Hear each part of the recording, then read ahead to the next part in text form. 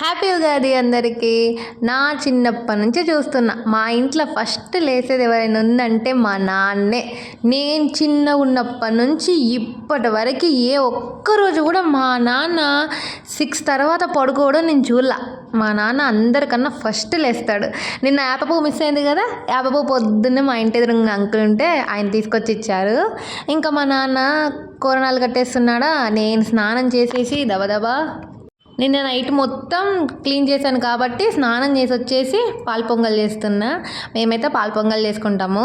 ఇంకా ఇంటి ముందు ముగ్గేసాను, మా నాన్న తోరణాలు కట్టేశాడు, సూపర్ ఉంది. మా నాన్నని కిందికి వెళ్ళి చెప్పి పూలు తీసుకొని రమ్మని చెప్పిన.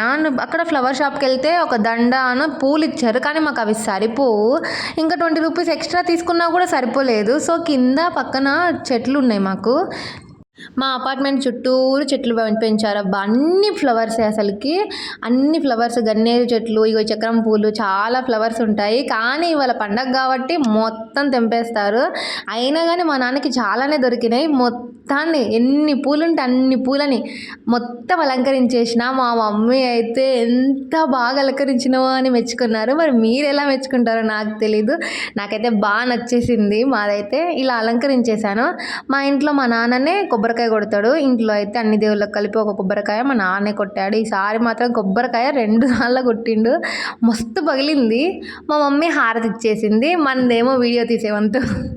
ఇవన్నీ మమ్మీ డాడీలతో ఉన్నప్పుడు ఉండే, మనకి ఇప్పుడు వరకైతే మెమోరీస్ లాగానే ఉండిపోతాయి. ఈ వెంకటేశ్వర స్వామి ఫోటోకి అయితే ఇంకా ఎంత అంటే నాకు హైట్కి దగ్గరలేదు, కింద స్టూల్ వేసుకొని మరీ పైన పెట్టిన నేను. ఆ దండ ఇంకా ఆ పూలు ఫ్లవర్స్ సూపర్ ఉన్నాయి కదా, నాకైతే బాగా నచ్చినాయి. ఇన్ని పూలు అసలుకి నేను పెట్టడం అయితే ఫస్ట్ టైం అయితే కాదు, చాలా టైం. కానీ ఫ్లవర్స్ అన్నిటినీ చాలా టైం పట్టింది నాకు. ఒక ½ అవర్, ఇంకా 40 నిమిషాలు 45 నిమిషాల వరకు పట్టింది నాకు డెకరేషన్కి.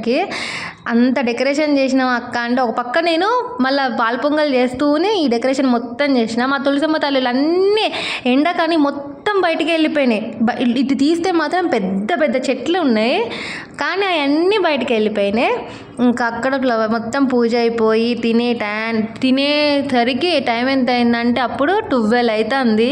అప్పుడు నేను పరవన్నం తింటున్నా. పరవన్నంలో నెయ్యి వేసుకొని తింటే సూపర్ ఉంటుంది. అబ్బా పరవన్నం కూడా చాలా బాగుంది. Bye bye.